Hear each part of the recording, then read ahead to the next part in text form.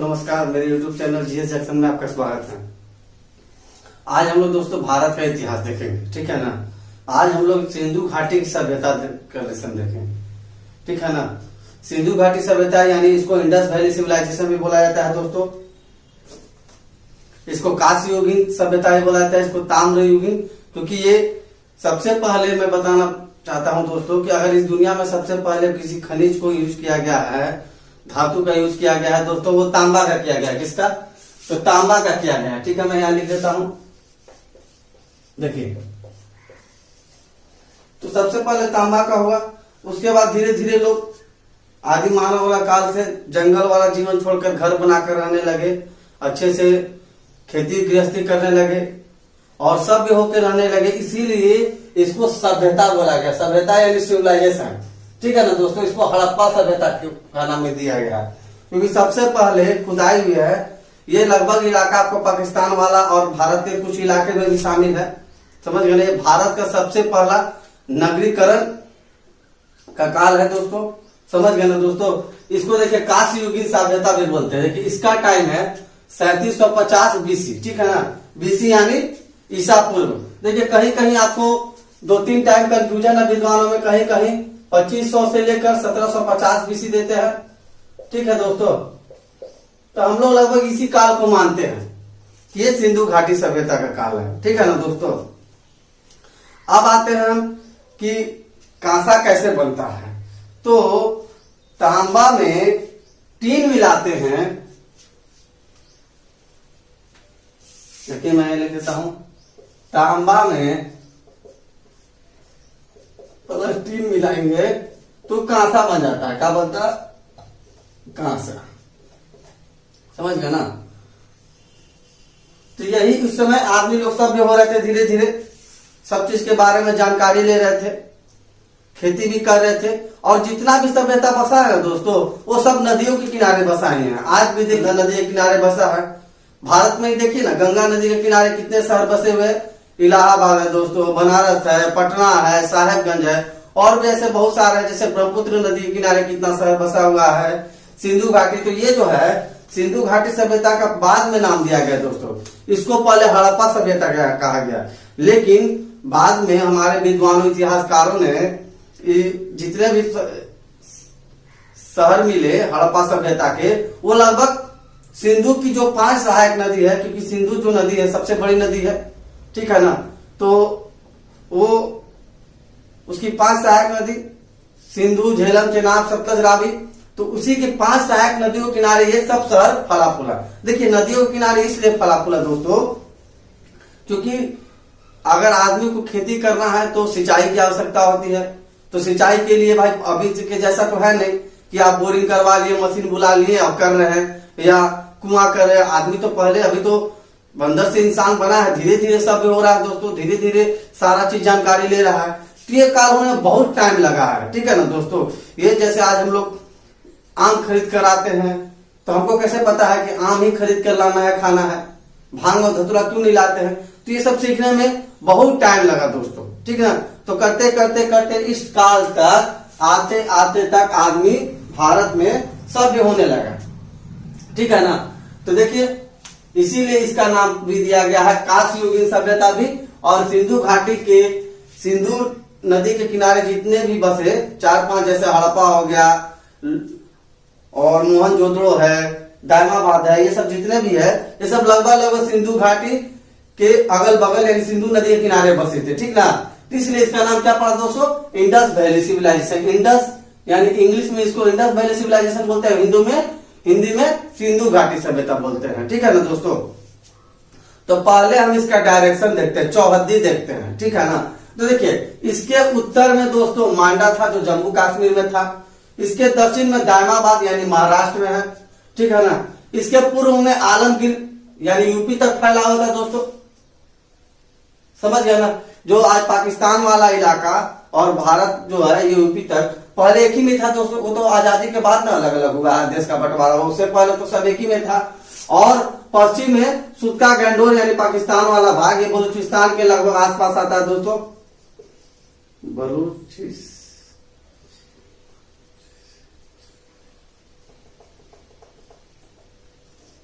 बलूचिस्तान के लगभग आता है ये वाला दोस्तों, ठीक है ना। तो यही था इसका, इतना ही इलाका में सिंधु घाटी सभ्यता फैली हुई थी दोस्तों। तो सबसे पहले आते हैं कि सिंधु घाटी सभ्यता के साथ कौन कौन सभ्यता चल रही थी, ठीक है ना। तो देखिए विश्व में 3 सभ्यताएं एक साथ चल रही थी। इससे पहले आदमी बंदर से इंसान बना था, धीरे धीरे सभ्य हो रहे थे, धीरे धीरे डेवलपमेंट कर रहे थे, समझ गए ना दोस्तों। तो इस टाइम मेसोपोटामिया की सभ्यता और सुमेरिया की सभ्यता सिंधु घाटी की सभ्यता के एक टाइम चल रहे थे, मतलब लगभग बोल सकते हैं दोस्तों। जैसे मान लीजिए वहां भी खेती हो रहा है तो यहाँ भी लगभग थोड़ी बहुत खेती होने लगी थी, नदियों किनारे बसने लगे थे, नगर बनाकर रखते थे। इसको प्रथम नगर सभ्यता ही बोलते हैं, ठीक है ना। क्योंकि भारत में सबसे पहले ये लोग किला बना कर रखता था, अच्छे ईंटों का प्रयोग करके घर बनाता था दोस्तों। चलेंगे हम लोग आगे देखेंगे इससे इसका विशेषता, इसलिए इसको प्रथम नगर सभ्यता भी बोला गया है। क्या बोला गया? प्रथम नगर सभ्यता भी, ठीक है ना।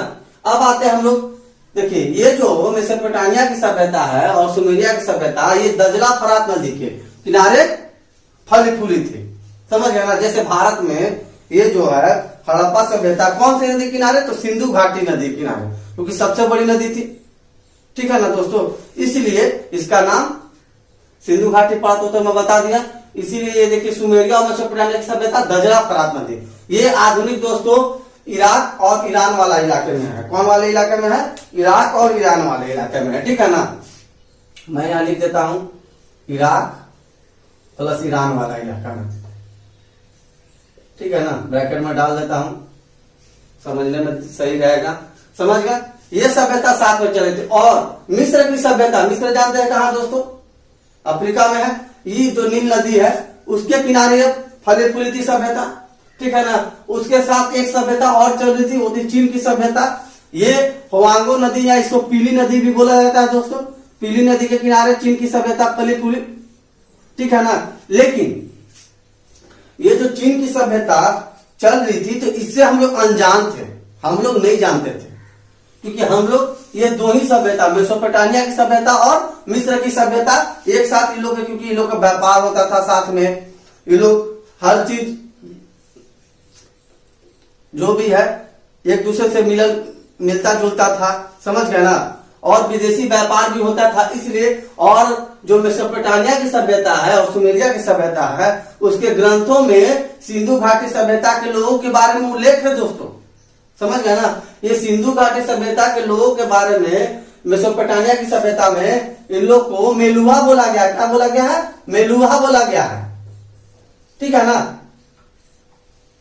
तो इससे हमको जानकारी मिलता है कि सिंधु घाटी सभ्यता के लोगों को मेसोपोटामिया की सभ्यता और मिस्र की सभ्यता से जानकारी थी, एक दूसरे से मिलते थे, एक दूसरे से व्यापार करते थे, एक दूसरे के संस्कृति से आदान प्रदान होते थे, ठीक है ना दोस्तों। लेकिन जो चीन की सभ्यता है इससे हम लोग अनजान थे, ठीक है ना दोस्तों। अब हम लोग आते हैं, सबसे पहले सिंधु घाटी सभ्यता में कौन से शहर की खोज हुई? तो सबसे पहले दोस्तों हड़प्पा सभ्यता की, हड़प्पा नगर की खोज हुई, ठीक है ना। देखिए ये हड़प्पा है, हड़प्पा जानते हैं कहां दोस्तों? पंजाब पाकिस्तान। देखिए भारत में भी पंजाब राज्य है, वैसे ही पाकिस्तान में। देखिए जैसे भारत वाले यूनाइट था, एक ही था, तो उस समय पंजाब वाला क्षेत्र था, एक ही पंजाब कहलाता, लेकिन जब डिवाइड हुआ तो पंजाब वाले देखिएगा आधा, जैसे बाघा बॉर्डर अमृतसर के पास है, और उधर वाले भी इलाकों को पाकिस्तान कहा गया, जो लाहौर वो सब अगल बगल आते हैं दोस्तों, तो उसी को डिवाइड करके बनाया गया, ठीक है ना। ये तो आप लोग जानते हैं। तो जो पंजाब है पाकिस्तान वाला पंजाब, ठीक है ना, भारत वाला नहीं दोस्तों, पाकिस्तान वाला जो पंजाब के मोंटगोमरी क्षेत्र का नाम है वहां पर। जैसे मान लीजिए पंजाब में अमृतसर, भटिंडा ऐसे नाम है ना, वैसे ही पंजाब के पाकिस्तान वाला जो पंजाब उसके मोंटगोमरी में रावी नदी के किनारे बसा है। लाहौर भी दोस्तों रावी नदी के किनारे बसा है, ठीक है ना। तो रावी नदी के किनारे पर स्थित था ये, वहीं पे सभ्यता फला फूला था, वहीं पे लोग रावी नदी के किनारे अच्छे से रहते थे, घर बनाकर रहते थे, खेती गृहस्थी करते थे और व्यापार करते थे, ठीक है ना। अब देखिए इसका सबसे पहले हड़प्पा सभ्यता के बारे में जानकारी जानते हैं दोस्तों कौन दिया है? चार्ल्स मैसन दिए है। कब दिए हैं? 1853 ईस्वी में दिए हैं, ठीक है ना। ये आर्कोलॉजी सर्वे ऑफ इंडिया के साइंटिस्ट थे, तो ये खोज करते थे। और बाद में कनिंघम ने 1873 ईस्वी में इसका दौरा किया। पता चला तो रिपोर्ट दिए। चार्ल्स मैसन की एक ऐतिहासिक जगह है, वहां पे हम लोग कुछ जानकारी प्राप्त कर सकते हैं भारत के इतिहास के बारे में कि पहले कैसे लोग रहते थे। तो कनिंघम दौरा कब करते हैं? 1873 में, ठीक ना। अब इस टाइम चलते रहता है। अब देखिए बाद में जॉन मार्शल एवं एम.ए. वॉस जो है उनके निर्देशन में 1921 से लेकर 1934 के बीच खुदाई हुई। लगभग 60 साल के बाद, कितने साल के बाद? 60 वर्ष के बाद खुदाई हुई दोस्तों। ये लोग देखिए कब दिया, ये रिपोर्ट दी चार्ल्स मैसन 1853 में, कनिंघम 1873 में दौरा कर रहा है। और 60 साल के बाद जॉन मार्शल, ये देखिए आर्कियोलॉजी सर्वे ऑफ इंडिया के ये लोग डायरेक्टर थे, ठीक ना। तो उसी टाइम ये लोग उन्हीं के निर्देशन में, उन्हीं के गार्डिंग में काम किया गया, ठीक है। देखिए इसका उत्खनन, जैसे मान लीजिए हड़प्पा सभ्यता में गए तो वहां पे किला मिला है और भी बहुत सारे औजार मिले हैं, जैसे ताबूत मिले हैं, ठीक है ना। तो उसके बारे में इन लोग गाइड कर रहा था। इन लोग समझिए बॉस है। और जो खुदाई होता है, जो खुदाई करने वाले होते हैं, जो सदस्य थे और थे जो उत्खनन कर रहे थे, वो कौन थे? दयाराम साहनी थे, ठीक ना। यही करते थे, यही बताते थे कि रिपोर्ट में कि देखिए आज ताबूत मिला है, ताबूत में विदेशी का शव मिला है, तांबे के खिलौने मिल रहे हैं और धान कोठार मिल रहे हैं। ये सब करके रिपोर्ट इन लोग को देते थे, ठीक है ना। तो इनके उत्खननकर्ता कौन है? दयाराम साहनी है, ठीक ना। इसका दोस्तों खुदाई कब से शुरू हुआ है? 1921 में। पूछता है दोस्तों कि हड़प्पा सभ्यता के बारे में सबसे पहले कौन जानकारी दिया था, कौन उसके उत्खनन करता थे? तो उत्खनन करता दयाराम साहनी थे दोस्तों। किसके निर्देशन यानी डायरेक्टर कौन थे? तो जॉन मार्शल एवं एम.एस. वॉस से, ठीक है ना। ठीक है दोस्तों, अब हम लोग आगे आते हैं कि भाई हड़प्पा सभ्यता में जो वहां का नगर है उसमें क्या क्या मिला है। तो देखिए यहाँ से धान कोठार मिला है। धान कोठार यानी देखिए खेती करता था, तो खेती मान लीजिए कीजिएगा तो सरप्लस प्रोडक्शन होगा, अधिशेष उत्पादन होगा, ज्यादा उत्पादन होगा तो आपको रखना पड़े। जैसे आज कोल्ड स्टोरेज बनाया गया दोस्तों, तो ये पुराने समय का कोल्ड स्टोरेज वहां मिला है। इससे पता चलता है कि वहां अच्छे से खेती होती थी, अधिशेष उत्पादन होता था। समझ गए ना दोस्तों। और ये कहाँ था दोस्तों? नगर दुर्ग। देखिए लोग नगरीय सभ्यता पता है कि इसको नगरीय सभ्यता भी बोलते हैं दोस्तों। प्रथम नगर, भारत की प्रथम नगर सभ्यता भी बोलते हैं। तो नगर दुर्ग है ना, जैसे मान लीजिए नगर दुर्ग, नगर में दुर्ग मतलब होता है दोस्तों किला। किला के पश्चिम में होता था, यानी इसको बोल सकते हैं कि नगर में, नगर के जो किले में राजा महाराजे रहते होंगे और वो टैक्स के रूप में ये लेते थे, अनाज लेते थे या पैसे लेते होंगे। तो अगर कोई किसी के पास पैसा नहीं तो अनाज ही दिया टैक्स के रूप में, कर के रूप में। तो इसीलिए वहां पे गोडाउन होता था, ठीक है ना। तो उसी को धान कोठार नाम दिया गया है। और कहां थे दोस्तों? पश्चिम में थे। चलिए दोस्तों अब हम लोग आगे बढ़ते हैं, ठीक है। ये हड़प्पा सभ्यता से नगर दुर्ग की दीवार जो होता है उसके नीचे एक बैरक मिला है, ठीक है ना दोस्तों। बैरक यानी वहां पे घर टाइप का बनाया हुआ है, समझ गए ना। वहां पे शायद इतिहासकार बोले हैं कि यहाँ मजदूर रहते थे, ठीक है ना। देखिए जो किला होता है, अभी भी आप देखिएगा ऐतिहासिक किला जाते होंगे दोस्तों, तो ये थोड़ा ऊंचा जगह पर होता था ताकि दूर से भी कोई आक्रमणकारी हो तो दूर ऊंचाई पर रहिएगा, तो नीचे से अगर आएगा तो पता चल जाएगा, रास्ते से आएगा दोस्तों, ठीक है ना। तो जो नगर दुर्ग है, किले की दीवार के नीचे, जैसे मान लीजिए कि नगर दुर्ग है, हाइट पे है, तो बाकी नीचे भी शहर बस्ती रहते थे। तो वहां पे बैरक एक बना गया है, ठीक है ना। वहां पे बोला है इतिहासकार लोग कि मजदूर रहते थे, ठीक ना। अब देखिए कि हड़प्पा सभ्यता से और क्या मिला। हड़प्पा सभ्यता से लाल बलुआ पत्थर का पुरुष नग्न धड़ समझते हैं दोस्तों। ये गर्दन के नीचे का भाग मिला है, समझ गए ना। लाल बलुआ पत्थर का बनाया हुआ, ठीक है ना। अब देखिए यहाँ से ताबूत मिला है जिसका नाम इतिहासकार लोग दिया है 837H, ठीक है ना। इसमें से ताबूत आप जानते हैं, जैसे मान लीजिए कोई मर जाता है, लाश गाड़ा जाता है, उसमें लकड़ी का ताबूत बनाया जाता है, कॉफिन भी इंग्लिश में बोला जाता है इसको। उससे विदेशी का शव मिला है। अब देखिए हर जगह मान लीजिए मिल रहा है, तो सिंधु घाटी सभ्यता के देसी लोग, काले लोग, यहाँ गोरे लोग मिल रहे विदेशी। तो इससे पता चलता है कि सिंधु घाटी सभ्यता पे विदेशियों का आक्रमण हुआ था। इस पे विदेशियों का, तभी तो मिल रहा है लाश। अब देखिए मान लीजिए कि आप और हम लड़ते हैं, तो आप मान लीजिए ताकतवर ही हैं, हम भले कमजोर हैं, आप हमारे 10 आदमी को मारेंगे तो हम लोग भी तो 1 आदमी को मारेंगे, ठीक है ना। तो ये जो ताबूत है मिला है R31 से, किसका मिला है? विदेशी का शव मिला है, विदेशी का लाश मिला है, ठीक है ना। फॉसिस मिला है, जीवाश्म जिसको बोलते हैं दोस्तों, उसे पता चला है कि सिंधु घाटी सभ्यता का, ये देखिए कंफर्म नहीं है दोस्तों, एक अनुमान लगाया गया, गेस किया गया है, ठीक ना। अब आते हैं, देखिए क्या मिला है यहाँ से, तांबे और कांसे की बैलगाड़ी मिली और इक्का गाड़ी माल ढोने के लिए, ठीक है दोस्तों। आप लोग गांव में देखे होंगे बैलगाड़ी का यूज किया जाता है, आज भी, पहले भी किया जाता था।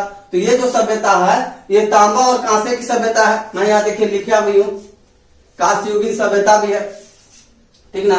तो तांबे और कांसे की बैलगाड़ी मिल रही है, क्योंकि तांबा और कांसा का यूज करेगा तो मजबूत रहेगा और उसमें सामान ढोने में आसानी पड़ता होगा, ठीक है ना। अब देखिए तांबे की मानव आकृति भी मिली है, क्योंकि ये सभ्यता ही ताम्र युगीन या कांस्य युगीन सभ्यता बोलते हैं। तो तांबा का बनाया हुआ स्टैचू मानव की मिली है, ठीक है ना। अब हम लोग आते हैं नेक्स्ट पॉइंट में, देखिए यहाँ धूसर पत्थर की पुरुष, धूसर पुरुष यानी पत्थर का जो पुरुष है मिला है, एक स्टैचू बनाया गया है, मूर्ति मिला है। वो देखिए नृत्य की मुद्रा में डांस करते हुए, इस टाइप का जो भी मुद्रा होगा उसमें मिला है, ठीक है ना। धूसर यानी ग्रे कलर का है, ठीक है ना, पत्थर से बनाया हुआ है, ठीक है दोस्तों। ये सब अब हम लोग अगले लेसन में मोहनजोदड़ो के बारे में देखेंगे, क्योंकि सिंधु घाटी के सभ्यता में 4-5 शहर है, तो धीरे धीरे एक एक करके शहर हम लोग देखते चलेंगे। आज के लिए बस इतना ही। ओके दोस्तों।